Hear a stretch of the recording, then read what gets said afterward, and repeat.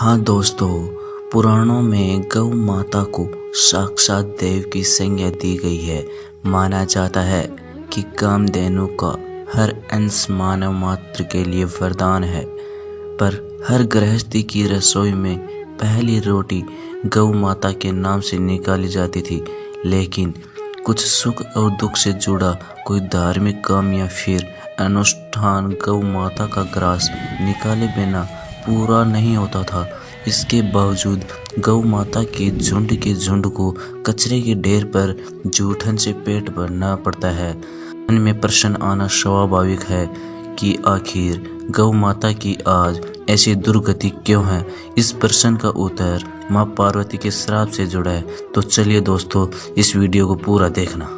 एक बार की बात है जब भगवान शिव और माँ पार्वती समुद्र के किनारे विहार के लिए गए थे। इस दौरान भगवान शिव के मन में एक शरारत सूझी और उन्होंने कहा कि देवी पार्वती, मुझे अचानक एक आवश्यक कार्य के लिए जाना पड़ रहा है।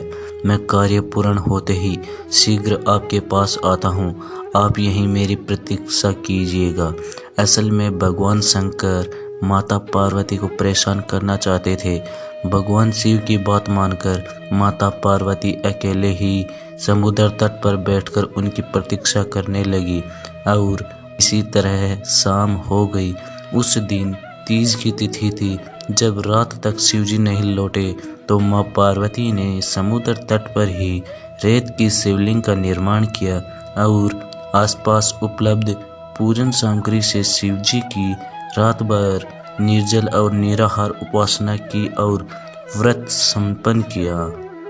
भगवान शिव वहाँ सूक्ष्म रूप में पहले से ही विराजमान थे और वो सभी गतिविधियों को निहार रहे थे।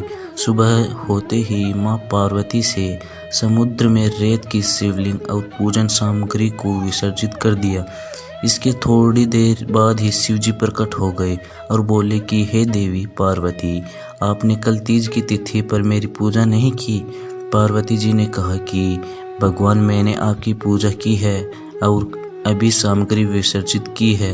भगवान शिव अभी भी माँ पार्वती के साथ ठिठोली करना चाहते थे और बोले कि हे पार्वती, मुझे तो पूजा का कोई भी चिन्ह नहीं दिखाई दे रहा है। अगर आपने पूजा की है तो उसका प्रमाण दीजिए।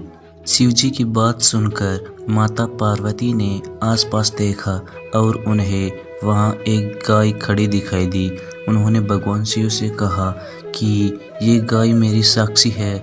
जब मैं पूजा कर रही थी तब ये उपस्थित थी। भगवान सदाशिव ने गाय से पूछा कि क्या पार्वती ने पूजा की है, तो गाय ने ना में सिर हिला दिया। भगवान शिव ने कहा कि पार्वती, आप असत्य कह रही हैं। गाय ने तो गवाही नहीं दी है। भगवान शिव के सामने स्वयं को अकारण झूठा साबित होना माँ पार्वती जी को सहन नहीं हुआ और उन्होंने उसी वक्त गाय को श्राप दे दिया कि तू दिव्य जन्मा है, जगत कल्याण के लिए प्रकट हुई है, इसलिए जनहित के लिए तेरे गुण यथावत रहेंगे। किंतु जिस मुख से तुमने ये झूठी गवाही दी है उसे दंड भुगतना ही पड़ेगा। झूठ बोलने के कारण ही अब झूठन ही तेरा आहार होगा। इसी तरह झूठ बोलने से गौ माता पार्वती देवी के क्रोध की भागीदारी बनी।